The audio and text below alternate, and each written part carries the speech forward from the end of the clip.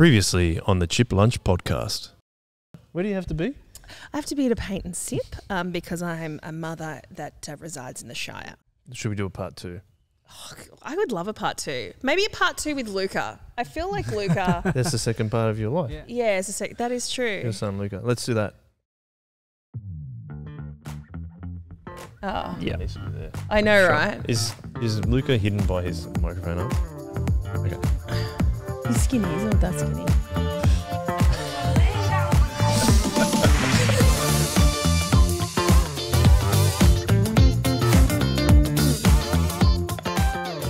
Welcome back to the Chip Lunch podcast. It's very exciting because we are here with two people, one of who has been on before, was on last week. Last week. Hello.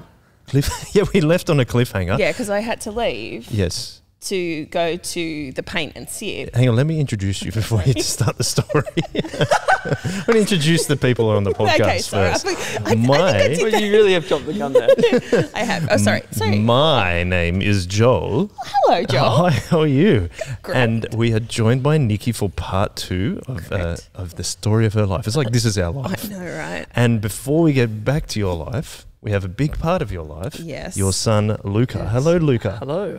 How are you? Yeah, pretty good. Excellent. Now, your mum seems very excited to share something with us. Yes. You left on a cliffhanger Yes. last episode, and this is why we had to make it a part two. That's right. Why did you leave?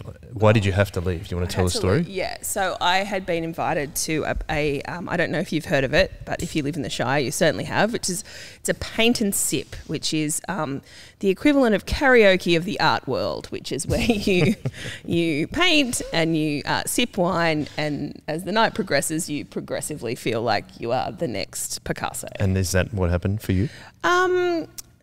Sort of. No, I knew my talents were limited going in and leaving. So I loved how some people, like, I just was like, this is a bit of fun, blah, blah, blah. But some you people slap it were, on. yeah, people were like, I'm going in the Archibald. Like, they just were taking it really seriously. And I was like, really, Joan? Really, Joan? That's going up in the bathroom? Beautiful, Joan. It's beautiful. We love it. So does that mean you've brought the actual finished product? I have. You Wow. ready for it? Can't wait for it. Now, Wow. That's the back. That's the back. Oh, Ta-da! Now, solitary clap. in the solitary background. clap. But you know what? That's better than the. I should really keep it still. So that is better than the response I got from one of my friends, which was, "Oh, it's COVID with leaves." COVID? Yeah, COVID with leaves. Goodness. Yeah, it's the follow-up. It's the follow-up movie to Dances with Wolves. It's COVID with leaves. It's a bush gum, apparently. Snow gum, bush gum. I'm trying to work out where to put it. No, but Yeah, it's good. Describe Same. it. Describe it if people are just listening to it on the audio. Well, what it is, it's a blue canvas with a red bush gum flower with some dots. I see what they did there. Yeah, see, and I've done a little extra, like with the red in the leaf. And anyway, it's COVID. It looks like the COVID virus with leaves. So Oh, the big spike protein yeah, thing. the white spike proteins and stuff. So Yes. there you go. Aren't you glad you tuned in for volume 2? I like to your see? leaves. I think the leaves are good. Well, the leaves, see, this is what I'm saying. It's karaoke of the art world. The leaves were the last thing I did. So I really just kind of, worked up to the crescendo, which was the leaves, the smallest part of the painting. So I was pretty proud. Well, congratulations. Thanks. If you ever come to my home, it will be on display in the bathroom. Well, I think we because should. that's The bathroom. I can confirm. Just Luka's sitting on the toilet. Wow, that's a beautiful painting. where I'm painting. So It's a real laxative. it's a real real laxative for the soul.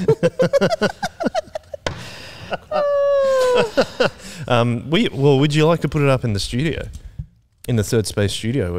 Yes. Yeah? I'm going to donate. Yeah, you can have it. Should we do that, boys? At the back? Yeah? Oh, yeah, it's fine. Whatever. Okay. Yeah? Okay, cool. Well, you were Let's do that. clapping before for it. Now I don't No, they've believe got a you. coffee now. Okay, yeah, that's right. All right, let's leave that on the table. Speaking of which, you can just have the bring secret hand of God come in with that coffee. That coffee is going to slide in to your DMs. Ooh. We have a new guest. Yes. We've already heard about how you take your hot chips. We've already heard about how you became a Christian. Correct. But because Luka is on the podcast, I thought, why don't we do the same thing? So first of all, first question, Luka, how do you like your hot chips? How do I like my hot chips? I think I just have chicken salt. Usually, maybe on some bread, some chip sandwiches. I'm very much like my father in that way, except he doesn't have salt, which is kind of... Yeah. No, so no salt for him. Yeah, but I like a lot of chicken salt, and yeah, kind of how I... Just on that, we were talking last week about how you keep a relationship alive. This is how you keep a relationship alive. You order chips with salt, and when they come with salt, you say, "Oh, I said no salt." I don't know what's happened. I said no salt. I said no salt. I'd be lying if I haven't done that before. If Dad's listening to this, yeah. It's the cousin's family secret. Cousin's family lies. Yeah. I'd be lying if I didn't say I didn't lie. Oh, dear. Cool. Any sauce? If barbecue sauce is there, I'd have some. It's available. Yeah. Make sure you're speaking to this microphone, my friend. Yep. We don't want the people to miss out on your True. amazing story. Yeah. So second question then. Yep. By the way, I'm disappointed it's chicken salt again. At least Cuz has no salt. But you just got to have real salt. No. Chicken salt is just made up. Isn't chicken salt just salt with seasoning? Yeah, it's fake. It had something added to it. Salt is from the ground. You're salt of the earth. Yeah, but what's wrong with improving things?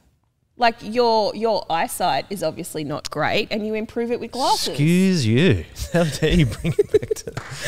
I could talk about your many faults. Oh, mate. I've chosen not to do that on this podcast. I was going to say, if we're going to go through the Nikki Faults podcast, welcome to volume 47. Like, you ain't got enough airtime for that. We're in a 16-part podcast. Sorry, I wasn't... It was just the first thing I saw, but I'm just saying, like, sometimes things can be improved. That's true, but then you've got the classics.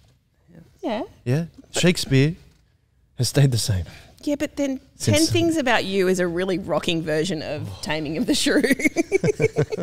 Clueless is a great version of Emma. I'm hurting you with these.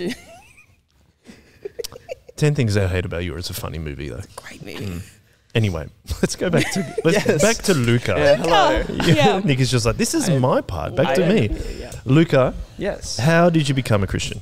That is a good question. Thank you. Because I grew up, obviously, in a Christian family because my mum and dad were Christians. Surprise. And we grew up at Janelli, which was good. Janelli Anglican Church? Yeah, you mean? Janelli Anglican Church, yep. It's pretty much been a Christian my whole life. Wouldn't really... I mean, there were times, obviously, like maybe doubted it, especially... when I was a little younger and into a lot of science. There was a lot of like mini Luka going, oh, this seems right. And then like I thought that maybe, but I always was a Christian. And it's kind of, there's not really a defining time. I don't think that I've changed as in like, oh, now I'm a Christian type thing. I just kind of always grew up in Sunday school and so I knew all the answers. Yeah, pretty much. Yeah. What, you said that stuff about science. What made you, like, first of all, doubt it, but then come back and go, oh, no, I can still, like, hold science and my Christianity in the same... I think it was just, like, learning, because I got quite fascinated as a kid about different sciences and stuff. Can you confirm, Nikki? I can confirm. Yeah. I don't understand, but I can confirm. Yeah. So that was kind of my... thing, and then I was just going to Sunday school asking my leaders and stuff. They probably hated me. There was this one leader back in Janelli Anglican that I like every week would ask about 5 different questions. Like what? I remember it was stupid ones like, where's the Garden of Eden? That was one I was fascinated by. Yeah. It was, where was the Garden of Eden, guys? Pointed to it on a map. I wish I'd been there to see that. That'd have been hilarious. Yeah. Younger me was, interesting. It was just stuff like, they say the Big Bang happened, like, it's different stuff like that. Prove me wrong. Yeah, exactly, yeah. But I think I always prayed and stuff. Like, it never stopped being a Christian, but it was just like, and also like a lot of my mates are really into science as well, and I was just surrounded by a lot of like, nothing's real if you don't prove it, and that sort of stuff. Yep. And then like think about year 9, year 10, maybe year 8. I kind of cemented in myself that fully 100% that science, separating science and God isn't really how I'd see it. It's kind of like God created science. God obviously created the universe and has to do it in some way. So that's how I kind of linked the two in my mind. Yeah. Yeah. That was the main thing of like helped you to understand. Yeah. That. It's like, it kind of God did like, create everything. Exactly. So yeah, I think, and it really like also kind of realizing that science, like it doesn't really matter in a weird way, that like how God made things doesn't actually kind of mean that we go to heaven or anything like that. So like at the end of the day, I was kind of realizing that the Bible really, that's the one true thing, and kind of not being so hung up on, which science is cool, I still love it to this day, but I think I was realizing that wasn't the defining kind of makeup of what I believe. So you instead, like, it's almost like not a switch, but you decided I can still be a Christian first and then still be into science. Yeah. That's kind of how I thought about that. Yeah, cool. Does Luka get his interest in science from you, Nikki? Absolutely not. I have no idea. Like, so I remember, two things. I remember driving somewhere with you and I was like, oh, and you were young. And I remember being like, so do you think like you're God's friend? And you were like, yeah. And I was... And how old was Luka? I don't remember this. I reckon you were 7 or 8. Oh, like wow. it was... you were young. And I don't know, the opportunity just presented itself to kind of ask the question of like... I think we were talking about what's the most important thing or something. And I was like, well, that's... whatever happens, that's the most important thing. Like, yeah, it's good to be successful. It was... I think we were having like a life chat as you do when you're 8. Yeah. I don't know. I can't remember. But... yeah, so I remember that and you being like, yeah, and I was like, okay, great, that's the most important thing. And then, but separate to, so there's that. And then conversely, the biggest argument we ever had. Oh, I don't. You don't. I have no idea what you're about to say. I do. So the biggest argument we ever had was when you wanted to drop band. Oh. This is in year 11. He wanted to stop doing band. And I was like, no, you need to keep doing band. And you were like, I'm not an arty kid, Mum. And I'm like, do you know that other parents like completely plan their life? I said, I can't wait till you get to the therapist office and go, my mum was so mean to me. She told me to keep playing the drums. Do you remember that argument we had? Yes, no, I do. I know what you're talking about now. And I legitimately think that is one, like, with the exception of like pick up all that boring stuff. Yeah. I feel like that's the biggest kind of argument we've ever had, which was because I wanted an arty kid. Because we know you're arty yourself, don't we? A performing arts kid, and he's into science, and I love it for him, but I have no idea. And I remember you were picking your year 11 subjects. We were driving up to church, remember? And I was like, what are you going to pick? And you're like, I'm going to pick physics and chemistry and blah, blah, blah, blah, blah. And I was like, why don't you do like photography for fun? And you were like, but physics is fun, Mum. And I went, yes, no, I do remember saying that. Yeah, I was like, I don't know you.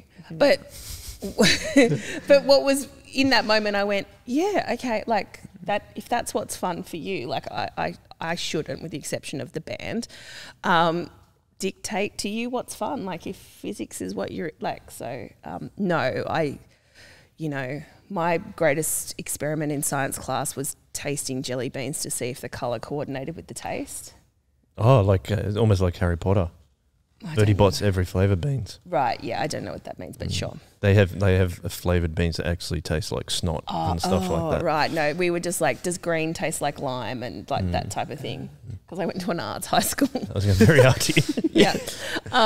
And so, that's the cuz side of Luka. That's cool. Yeah, but you did win a Performing Arts Award at the Year 12 Assembly. I did. For playing drums? I think it was like excellence in... Performing Arts. Yeah, in Performing Arts or something, yeah. Never been prouder. The moment. So the two, sorry, and then we'll get back to you, Luka. So the other proud moment that I have, that no matter what, you just know, whatever you achieve in your life, nothing will beat the moment when you played on the bongos, Africa by Toto. Every time. Yeah, really? Yeah, it's the great, and because that's cool. Yeah, I've got it all on video every time. And he did it a couple of years, and every year and like everyone else is like, and I'm like, yeah, amazing. This is my favorite song. I couldn't look over at Mum because I would just start because I'm like laughing. this. I'm like yeah. She's fully into it, and I just and all the teachers would know, and then they're looking at me, and like Miss Crawford, who I adore, which is a music teacher, she'd just be like, did that one for you, and I'm like, yes. That's amazing. Yeah. So sorry. Back to you, Luka. Yeah. Well, I mean, it's just like I thought it'd be cool to hear. Just we went pretty quickly, and because it's your mum's part too, so we've got to be careful we don't isolate her from the episode. Yeah, as if that's going to happen. You're not going to allow that. No, 100%. If you're becoming a Christian, so you like it seems like you kind of had that turning point around year 8, year 9, year 10. What did that look like for you after that then? Because I know that you, for example, at your high school started a Christian group, right? Yeah, that was a cool thing as well. So I think it was, it kind of coincided with actually moving to Symbolise as well. Kind of a formative moment, kind of a change in scenery, I think also helped as well. Kind of different perspective on things, meeting some new people. And I think like, in terms of a turning point, I think I distinctly remember Dan Gale, one of the old pastors. He's a student pastor. Student pastor here. Yep. He actually told a story about one of my old science teachers because he went to the high school I went to, and he was talking about he had an argument with this science teacher about religion and science. Okay. And it was very ironic because I actually hadn't argued with him, but he had said a few things around the classroom that were very similar to what he said to Dan. And it was quite interesting, he didn't really know what to say to the science. And I think that kind of made me feel like, oh, okay, so I'm not the only one that like, when someone asks, well, I think I once got like, how did all the animals fit in the ark? That was a big one that I got asked by my mates. Stuff like that, and the teacher having an argument, and he didn't know how to answer. That was the big thing. He didn't really know how to answer that, and just kind of pointing back to the Bible. I think that was cool to like not know the answer, and also just like know that God is good, and just look back to Bible verses. I think that was a formative moment where I'm like, okay, like I don't need to. There's no point being able to justify everything in that way. Like, like it doesn't matter how all the animals went on the ark and stuff. So I think it was good back then to when I was having that, I thought a lot about that and kind of prayed, and I was like, yeah, okay, that kind of. That idea in my head, I'm like, I finally just formed that with God, and yeah, ever since I never really looked back. It's something that I love in this podcast is that we like hear everyone's stories on Chip Lunch, and then like you hear about how God has used their own unique experiences for them to form their own like their Christian experience. So like it's almost like the questions you were asking at youth group got turned back on you. Yeah, literally. And then you realise, oh, actually, it doesn't matter because God's good. Yeah, literally. Yeah, it was. Yeah, I've never thought about that, but that's exactly what happened. Yeah, actually. That's really cool. But yeah, I think it's cool because I know I got a mate who's exploring Christianity at the moment and is going through very similar questions. Okay, which is interesting. Yeah, you're saying in the reverse of like I'm now answering the questions I used to say, and which it's an interesting experience because you know what they're thinking. Like, I think that's cool, but like I think he comes from a non-Christian background, so it's a very different experience, which is also cool to navigate, and also just knowing that God's there as well. But yeah, I think that's cool. And then the lunchtime group was a good thing as well for me, having not just God being like you're only talking to God on a Sunday morning or a Saturday night when you're at church. I think it was cool with our high school lunchtime group to like, oh, you're there at school. When you look around the playground, you actually know there's Christians around. It's like, I think I once heard a sermon illustration, or like just the thing he was saying when you walk into the school, almost you've got like, you know you're different, but they don't know you're different type thing, and like, you know you're a Christian. So I think that was interesting, and it's kind of cool to, when you go to this lunchtime group, you can see the people around that you know are Christian. You can kind of, it's almost like you look at each other, not on the playground, like it's kind of that cool experience outside of church. I think that's What made you start that group? Or did you start it? So there were a few things with that. So I went in year 7, it was massive. And it was this massive thing. Like the lunchtime group guy came to my primary school actually to introduce it to us during scripture. I went to high school into year 7, and then it was massive. There were so many people. The room was packed, right? And we had hot chips. It was actually a chip lunch. Yeah, it was a chip lunch. Yeah. So that kind of was a thing from year 7 to 8. And then I never actually, you don't really notice a decline, like from week to week, but there was a few moments where I'm like, oh, there is less people coming. And then the guy who did scripture, who was really good, and the guy who was doing the lunchtime group left. And we're left with this other guy who, I can't remember, he kept going, and we kind of saw a decline because then he stopped advertising it to scripture. Yeah. And then we saw this decline through year 9, and then he left as well. So we were left in a position where we had no one kind of hosting it, and that was interesting because then it kind of became a crowd. So a crowd like kind of organising it, which is cool. It was really cool. So a few of my mates who are Christian, we kind of got together and like, let's keep this going. And so we did, and we organised in the group of us every week. One of us will do like a 5-10 minute Bible talk, which was a cool thing. And we kind of kept that going, and and it's actually now. So, and then the issue we had was we were leaving school in a couple of years.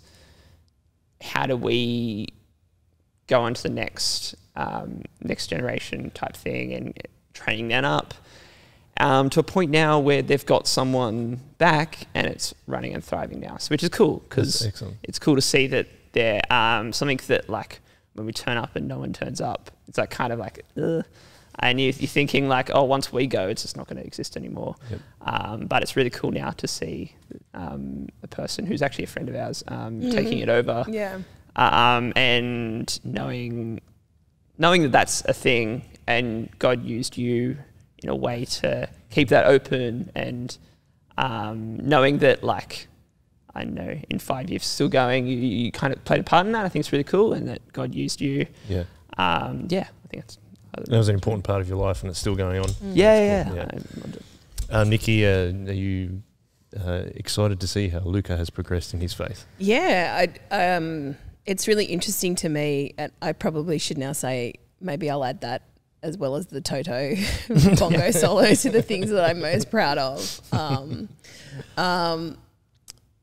So I didn't know any of that was happening until week away. Remember when you stood up at week away and told that story? Week away is when we go away as a whole church. Yes. Yep, for a week. Yeah, and I just didn't, we encourage our family to stand up for what they believe in, and to be, proud Christian people, and but also acknowledge the struggle of what that can be sometimes, and knowing when to speak up. Like, it's hard to be different. Yeah.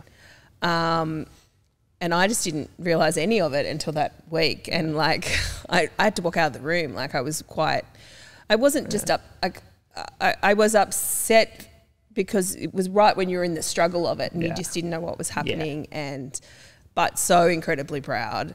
And that you just done it all on your own. Like it was just such a mark of who you are as a person.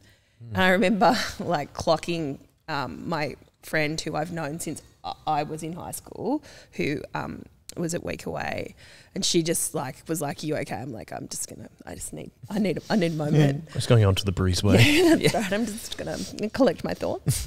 Let the breeze blow away the tears. Yeah, and yeah, I was just so proud. And you know, it's a weird thing being a parent just in general, but like everyone gives you credit for your children, and I feel like when they're younger there's probably some validity in that because you are their primary caregiver, and so they're like, oh, you've taught them well, but as they get older you kind of have to go, well, that's them now. And so I try to make a conscious effort. So if someone says, oh, you know, Luka did so, you know, you've raised him so well, I'm like, well, you know, he's 18 now, like that's him. I've got not that I don't have anything to do with it, but he's making his own.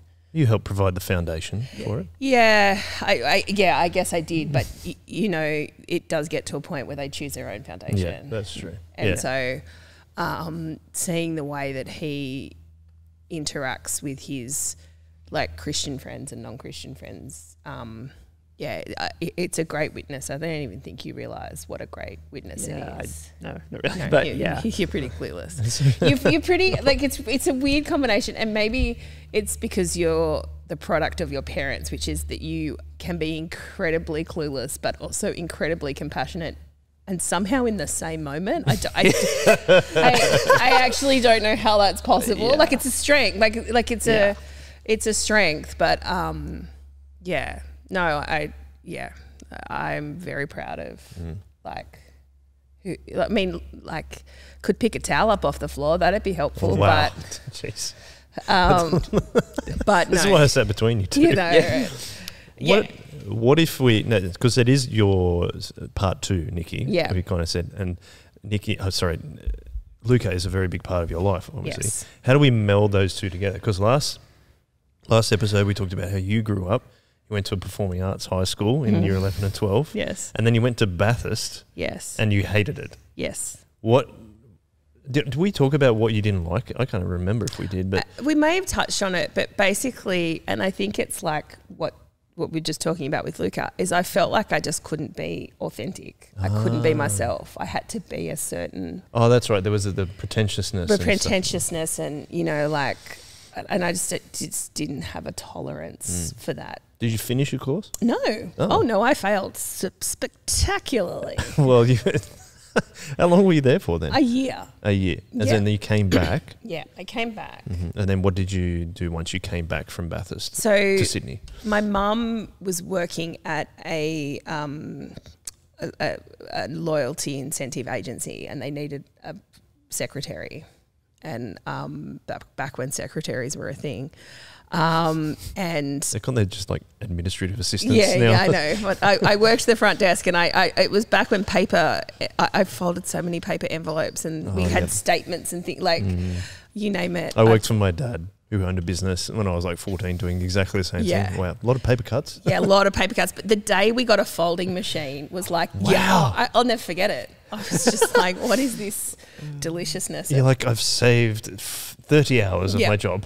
That's awesome. Yeah. So, but I left. Luka was 2 or 3 when I left. Like, so I worked there for the rest of my days, pretty much. But I met Kaz, and I had intentions to go back and do a teaching degree, but that never happened. Because you wanted to do drama related stuff. Yeah, or just teach. Like, I hadn't really thought that far in advance. I just kind of knew that the path that I thought I wanted, I just didn't. And I miss my friends, and the remote lifestyle of Bathurst just did not suit me.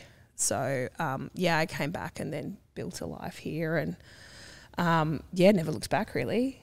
So never went back to uni. That's one of the other things, like Luka will be the first person in our family to go to university, and you know, Yeah, just Computer science, right?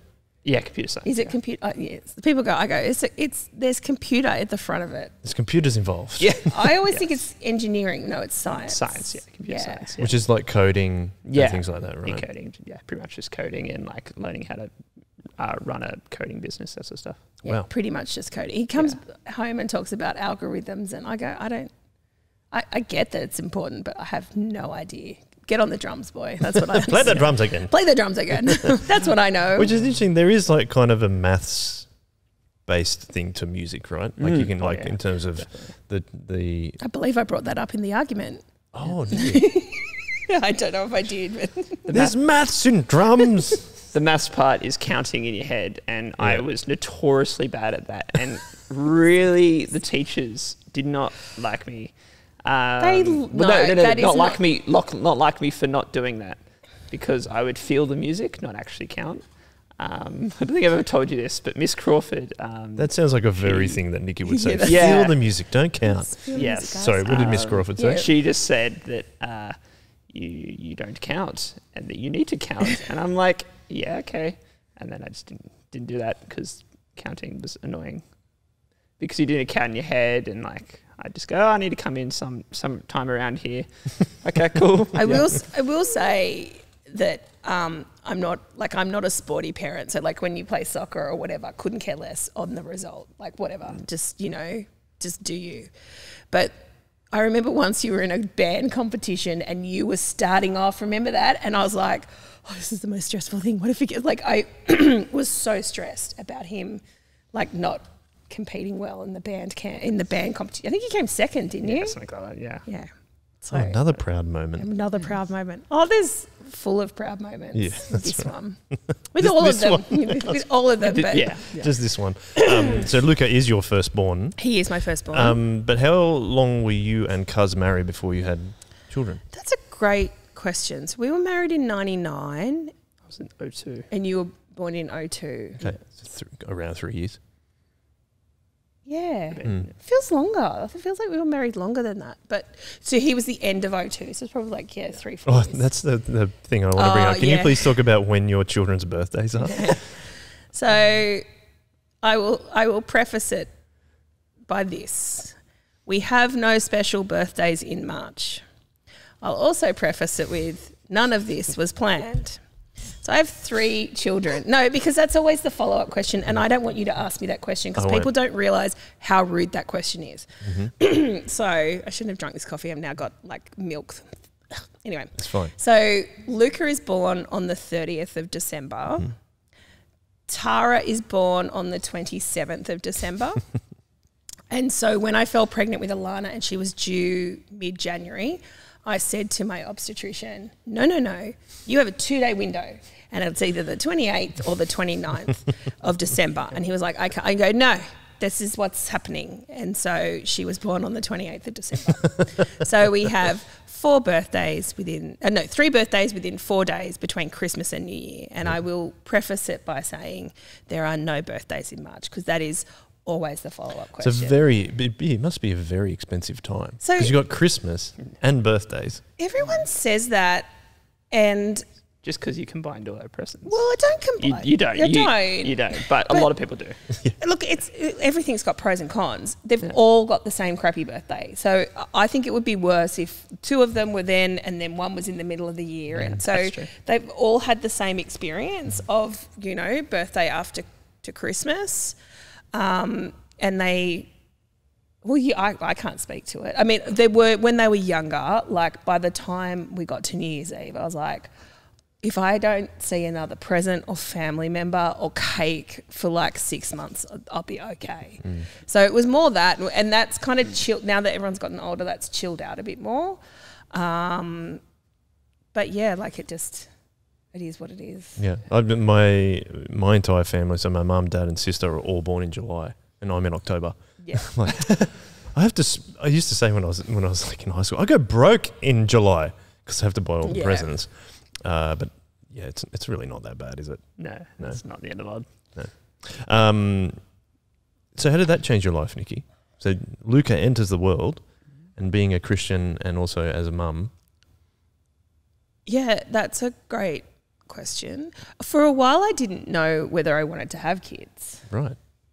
So it was a spoiler alert. I did. Glad you did. So I guess what I'm trying to say there is like I really thought about it. And was that to do with the way that you grew up? Yeah, a little bit. Yeah, and just kind of like, yeah, my experience shaped what I thought being a parent would be.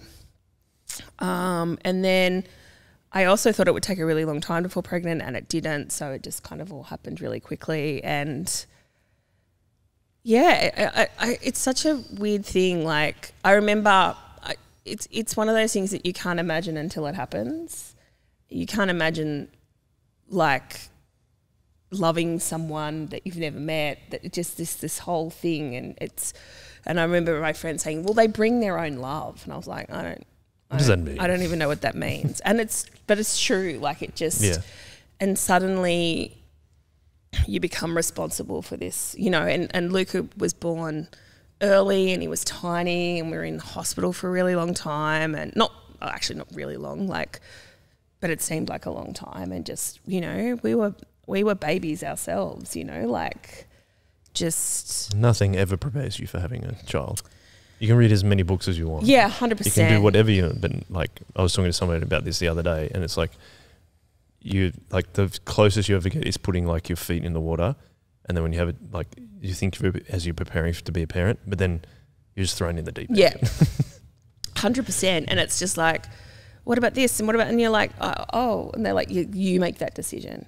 And what's really interesting now is because Luka has turned 18, so you know, like. You have to make the decisions and about what happens with them, and you know, like he's been relatively healthy most of his life, so it hasn't been too difficult. But this year you dislocated your shoulder. Yeah, that's right. And we had to go to the hospital, and they had to put him under to put it back in, and so they're telling him about the procedure and stuff, and so. The doctor's like, and is that okay? And he looked at me and I was like, no, I don't get to sign the thing anymore. Like, you get to sign it. And so it's now this reversal, and it's been a real process of, and I tried to consciously do it before he turned 18 to be like, this, with the exception of the band, of course, like it's your life, it's your choices, like just kind of, you know, trying to build up that independence. Because I feel like it's equally as when you first have your baby, it's your responsibility to look after them and nurture them. As they come out of that, it's equally your responsibility to let them go. Is that something like in terms of like growing up, having to go to a high school is a long way, like a reasonably long way away. It's like you had to develop your independence a fair bit there. So you like, well, I got to make sure that my children have that too. I don't think it was the school that built the independence. I just think it was the situation at the time. So, like the going to school far away just taught me how to be funny on trains. Did you inherit that, Luka? My mates probably think no, but I think yes. yes. Well, that was one of the shocking things. Remember when one of your friends went, "It's sarcasm, Luka. Don't you get it?" And I was like, "You don't understand sarcasm." I really when did that happen? I think it was Tig. Oh, remember Tig was like, "We're being sarcastic, Luka. Yeah. Don't you get it?" And I was like, "Have I not taught you sarcasm? Have I done nothing? Like what? That's my job, you know, to teach you sarcasm." It's independence and sarcasm. That's it. That's my two jobs. But yeah, look, it changes. It changes everything, and the way I describe it to the kids when they are like, "What's it like being a parent?" I just say everything's turned up to 11. So, you know, like on the volume, it goes to 10, but 11. Yeah, that's from, what's the movie called? I can't even think of it right now. It's not called Status Quo. This is Spinal Tap. Yeah, that's it. Spinal Tap. Yeah. And so by that I mean when things are amazing, it's at 11. But when things are bad, also at 11. I'd agree with that. Yeah. Yeah. And so, and there have been times when it's been 11 both ways. And so that's just what it's like, you know. And so, that's to me the best way to describe being a parent. So the frustration and is it 11? The sadness at 11 and the but the joy. The joy and the laughter and the the fun times. The fun times. What fun times? You think of a fun time. You're not going to think of one. Oh, I don't know. While you're thinking of that, Yeah. becoming a mum, how did that impact your faith? I hate to say it because I feel like in some way it delegitimizes people who don't have kids. And I'm not trying to do that at all. But for me, it just took it to another level. Like I understood the sacrifice. I understood what it meant for God to sacrifice Jesus. I was like, that's just that parental love. Like, so to give your only son to die for the world it affected me on a personal level more than it had previously. And I think, maybe for some other people who have had to find deep forgiveness, that would be the equivalent of, for me it was through having children that I had a deeper understanding of that sacrifice. But maybe if you hadn't had kids, maybe like you've had to forgive something that people would think is unforgivable, you could also, that's a similar type of thing. But it just, it just, I don't know, again, it just turned up to 11, I guess is the best way to put it. Yeah. Like the miracle, just the miracle of like birth and living, like. Just even like, even when I've seen an ultrasound of my kids, I'm like, yeah. Wow. And just like I was really, well looked after. My obstetrician also, and we didn't know, but was a Christian and just really like loved and supported through the journey. And it wasn't the healthiest of pregnancies either. So there were times where it wasn't easy. Although I don't know many people have an easy pregnancy. Yeah. But yeah, like I just And then we had 4 years. There's 4 years between Luka and Tara. So we kind of had 4 years where it was just the three of us. And so I feel like on some ways that, like you're the test pancake. As all first children. Like, as all first children are. As you would know. I know that too. Like it's funny how that shapes us, but also you're talking about there that you weren't sure if you wanted to have kids originally. But then, like, I'm talking about how God uses our experiences again to shape our faith in Him. But then you had a Christian obstetrician who you didn't know who was really great. You still had struggles, which would have made out. But then you see, like, the outcome was you just have an even greater understanding of God's forgiveness and also the sacrifice that He made with Jesus. Like, 100%. That's really cool. It was, that's and just wanting to nurture and protect and just that whole family, being part of God's family piece really just like it's the God's ordained order for families and like the structure of how He would want society to be. I agree with that. Did you think of that story that you were told to think of?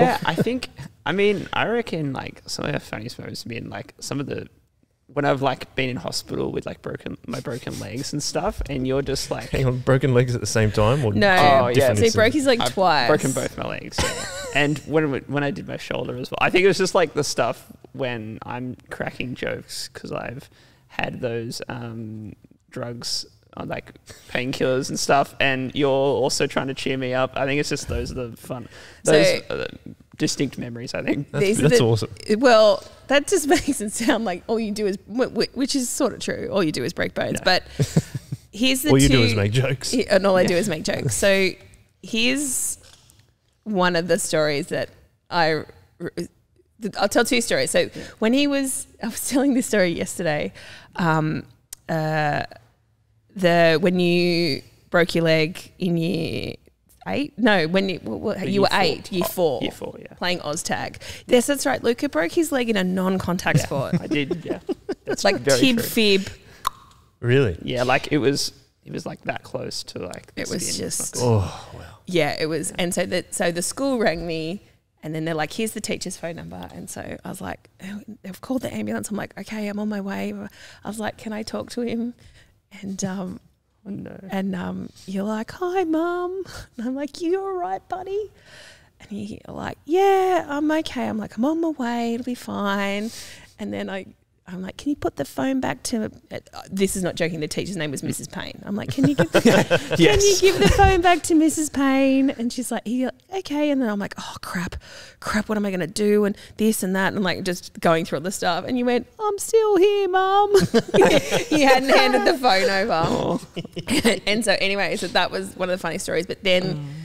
When you broke it again, the other leg this time not as badly. Was that in soccer? That Yeah, one? it was Yeah, soccer. soccer. Yeah. And it wouldn't happen playing video games or playing drums, just saying. And so I don't think I've even fully told you this story, which is you had the back slab on, we were getting ready to go, and you said,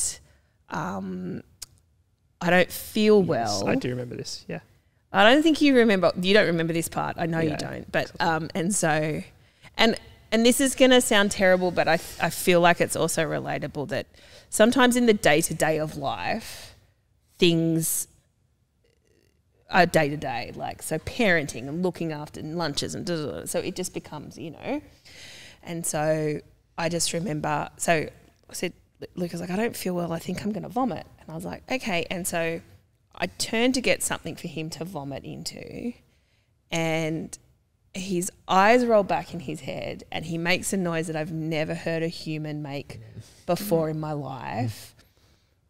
And then the doctor swore. Which is a great And start. Sign. Yeah. And I just remember so very clearly in that moment going, "Oh, no, I love you a lot and I do not want you to die." And I just remember going, "No, no, no, no, no, no, no." And because he was there, he pushed me out of the room because he was like, "You're not." I think actually, when I say no, no, no, like I was screaming and he pushed me out of the room. And then by the time I came back in, there was a wall of doctors and you must have come too. Yeah. And because he'd hit the resus button and everyone and their mother comes in when you hit the resus button. And I tell that story because in hindsight, it's very funny. Because what I remember is going, I've never actually felt this sick ever. My stomach felt like it was about to explode. I'm like, I'm going to vomit here. And all I remember is just like feeling really tired. And then I wake up to this nurse like that far away from my head going, "Luka, Luka, bang, Luka, Luka, bang, bang," like just slapping me in the head. Wow. And then an alarm going off. Yeah. And then remember afterwards, I was like, "Hey, so next time you have a choice between passing out and vomiting, just choose vomiting."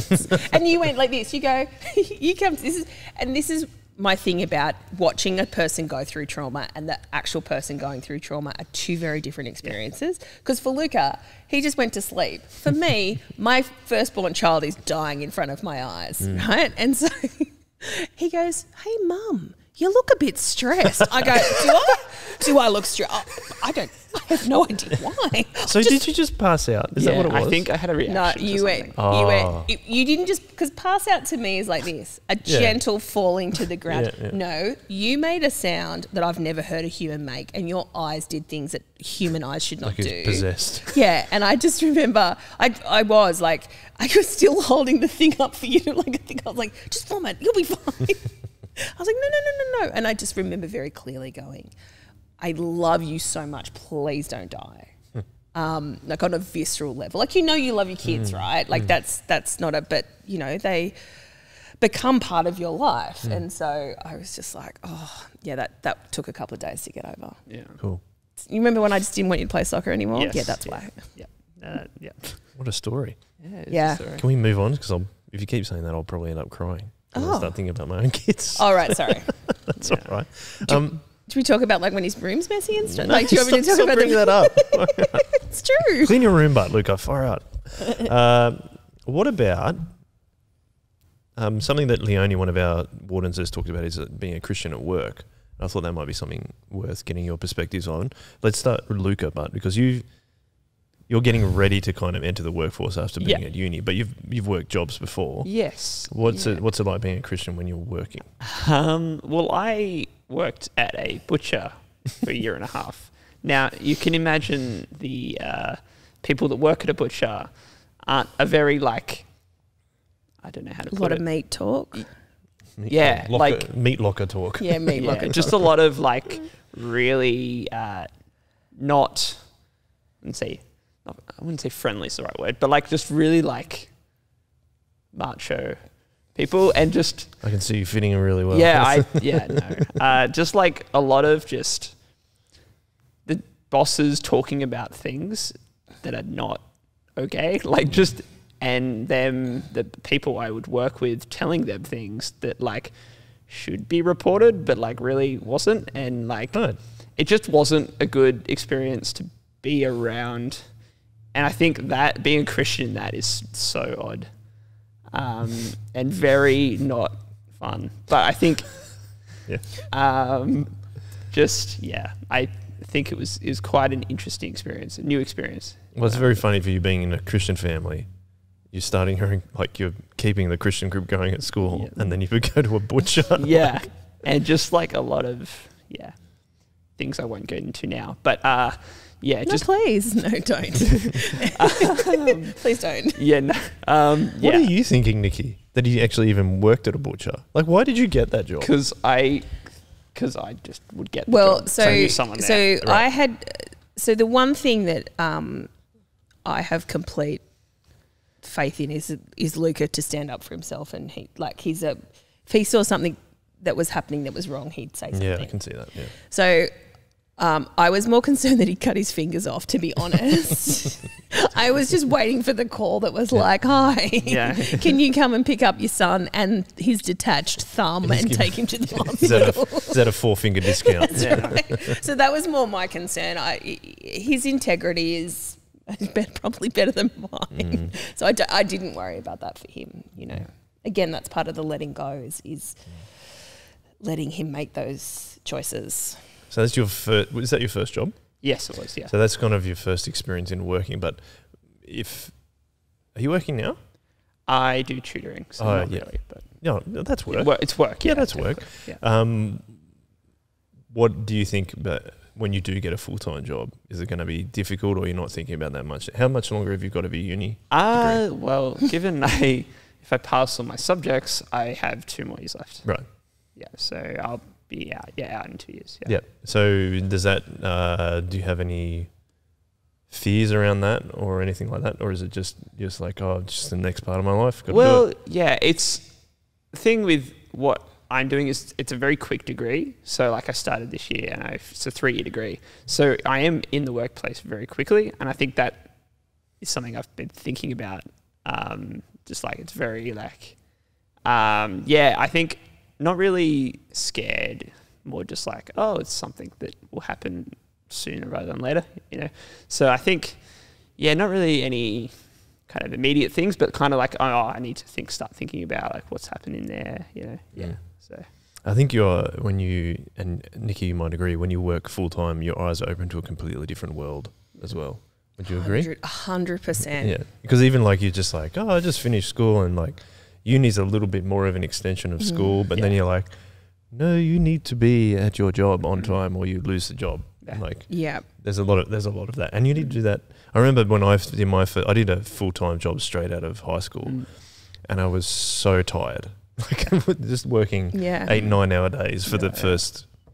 I reckon for the first 2 weeks, I was like, so tired. It is a lot. Yeah, like I fell asleep on the floor at the old Soulies. I remember doing that because that was when I started working full time.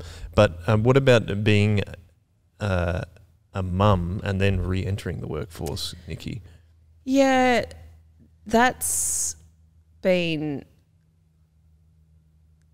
challenging. So I'm at a really great workplace now. So which took you a long time to get that job. It took me a long time to get that job. It took me a long time to figure out that And one of the things that I love about my job at the moment is that I can actually be myself and be authentic and not have to be, you know, I think someone Very said... similar to Bathurst. Yeah, very similar. Yeah, exactly. You'd think I'd learned that lesson, but no.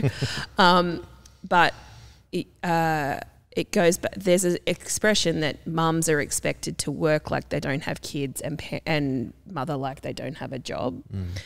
And I have felt that at various times in my career. And I had a stupid career for a person with children, which is I worked in events, so I would travel a lot. And I was very fortunate that I was incredibly supported by cuz and my mum, and, you know, I would leave for, 2 weeks at a time, and not... My job on the surface would seem very glamorous. Like, it's not like I'd go and sit in an office in, Texas for 2 weeks. I'd be in Mexico, or I'd be in Fiji, or Dubai, or like the school rang me once, and it was like 9 o'clock in the morning here, but it was like 2 o'clock in the morning in Mexico where I was, and I was in a nightclub. Like, I wasn't clubbing because I'm old, but like my job as an event person is to make sure that everybody's I basically swapped 3 children for like 203 children who are also very drunk. So I'm stupid, and so not stupid. That was just your job. That was my job. And so they rang, and so they ring at 9 o'clock in the morning, and they just hear this, and I'm like, hello. And they're like, the canteen's closed and the girls have got lunch orders. I'm like, I'm in Mexico, make him a sandwich, click. I'm like, what do you want me to do? I can't do anything, click. So, I've had, and in that role, like I said to my boss, I'm going to miss I was traveling for Mother's Day, and it was like 8 o'clock at night. I said, I need to put my kids to bed. And they were like, no, you need to stay.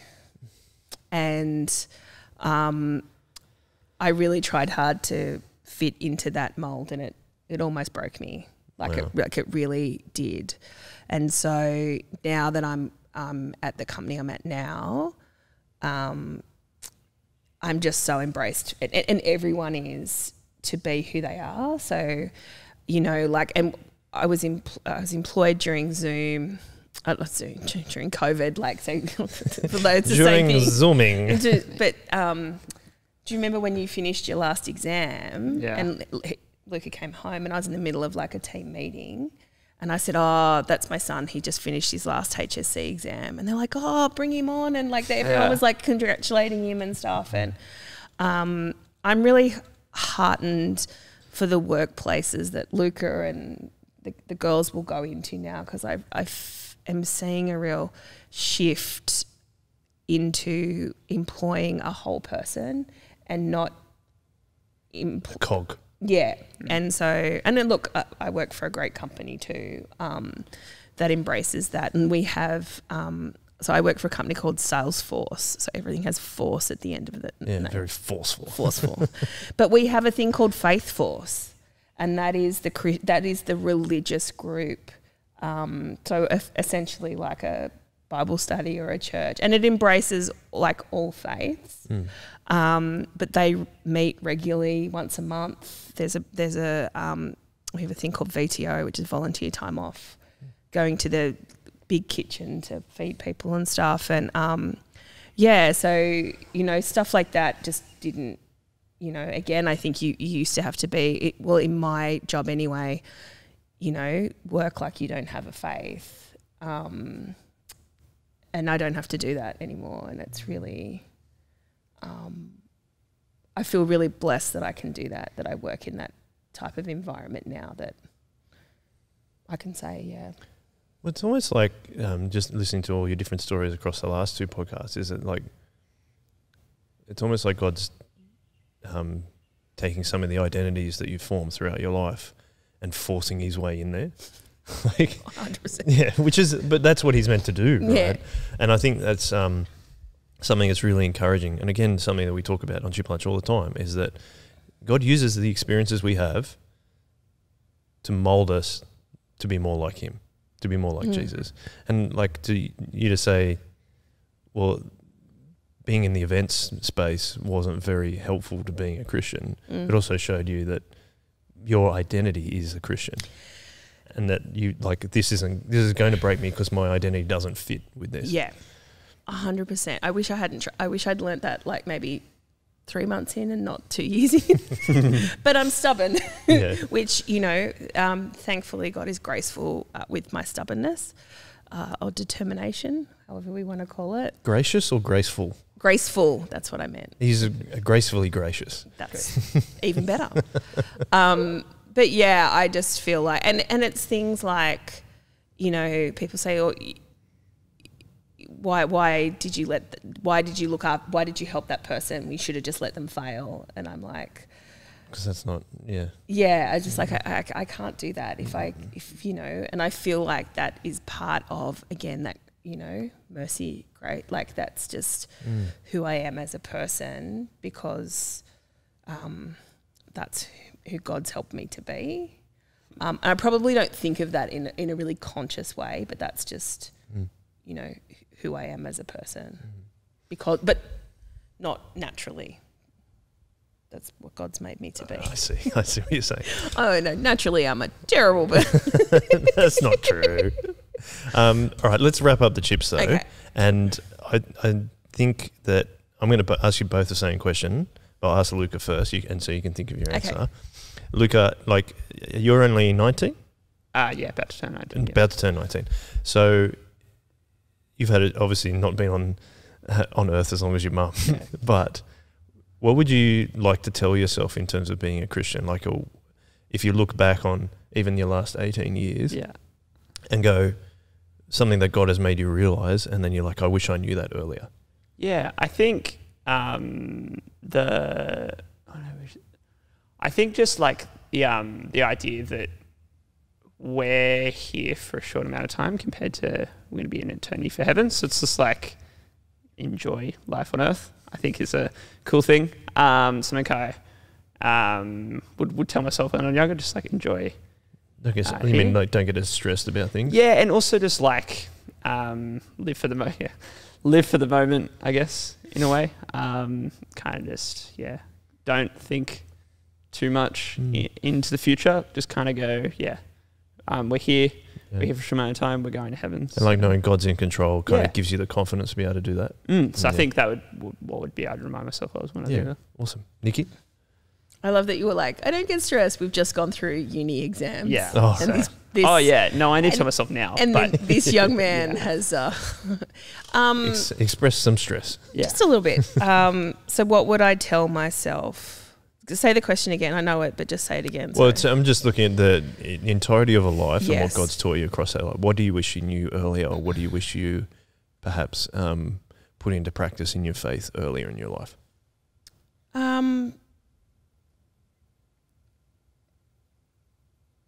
The faith that, you know,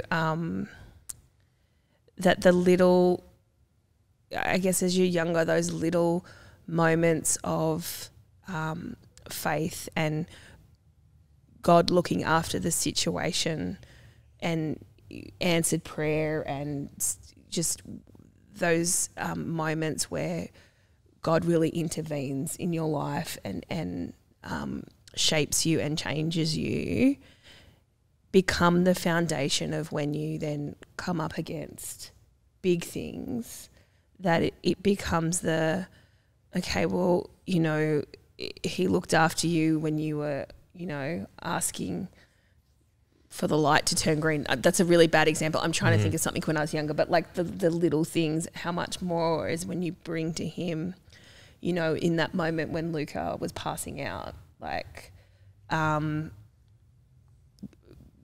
looked after us both in that moment, like just having that foundation. And this is just, I guess, true for me, hence why I'm saying it, is just that you are loved all the time. And whether you feel it or not, it's true. And was saying at Janelle, so Cameron Hislop, who was my youth leader, has a saying, and it's carried me through a lot of things, which is facts don't change, but feelings do. And so the fact is is that Jesus died for my sins, and I am forgiven, and I am loved, and I am a child of God. That's a fact. How I feel about that in the day-to-day will change, and sometimes I will feel comforted or worthy or like all the things, but the fact remains that. And so that is a helpful touchstone for me to come back to, and I say it to the kids all the time, is that, you know, that this is the fact, but how you feel about it, it can change. So, yeah, that would be what I'd say to myself. Remember the facts and just go with the feelings. Jesus the same today, yesterday, and into the future. Thank goodness. Yeah, Could you imagine? I always think, like, what would I do if I wasn't a Christian? Like, Very true. where would I be? Yeah. You know? I'd probably still be in Mexico at that nightclub. Sandwiches? What? Get me some sandwiches. That was the moment where I went, this is not the job for me. When they were like, can you just go and make sure that, like, I was at the side of a road with a grown man who should have known better, like, who had drunk too much, vomiting and passing out. And I was like, indifferent to like the, no. I was like, oh, come on. Come on. Gunther. He was from Germany. Come on, Gunther. Come on, Gunther. Get off the ground. Come on, mate. But the other thing you said, though, is also like you couldn't leave him behind either because you had, you know, the care that God instills in us too for other people, right? Yeah. Yeah. It's because sorry, and I knew you were closing off on a really good point, but I feel like this is a good one too. It's fine. Is we are inherently selfish. Yes. It's like the root of all our sin, right? 100%. I could be as selfish, like right in this moment. I don't know what I would do. Some people probably think I have been by talking all the time. But it's a conscious choice. And I think one of the things is that God gives us is that smoothing over of that conscious choice into, it's just in our hearts. Yeah. And becomes a part of, you know, that thing that we do. Yeah. Thinking because we know that we're made in God's image, where we feel like we're given the impetus to look after other people that are made in his image. Yeah, I think so. Well, good time to wrap up, Chips. Yep. Thank you very much, Nikki. Oh, thank you. Thank you very much, Luka. Yeah, thank you. Really enjoyed the stories. And thank you to the wonderful paint and sip. Yeah. Look at that leaf. Look at the leaves. Look at the leaf. Look, that's got a bit of red in it. You can't be taught that. It's COVID with leaves. What were you sipping when you made this? Champagne? No, a nice sparkling red. Love a sparkling red. Yeah, Yeah, goodness. because I am classy. Excellent. Well, like I said, we're going to wrap up the Chips. Guys, you can check out all our other content on YouTube or your favourite podcast app that comes out from Soul Revival Church. Also, if you want some hectic church merch, go to soulrevival.shop. We've just released our range. I'm excited. We've got a Staples range and a spring range. So it's out there. It's ready to go. You can pay it. We'll ship it to you. No questions asked, except make sure you pay. Yeah. That's one question. That's the one question we only ask is like, how much? But as we always like to finish off with the cheap lunch, we're going to do a one way.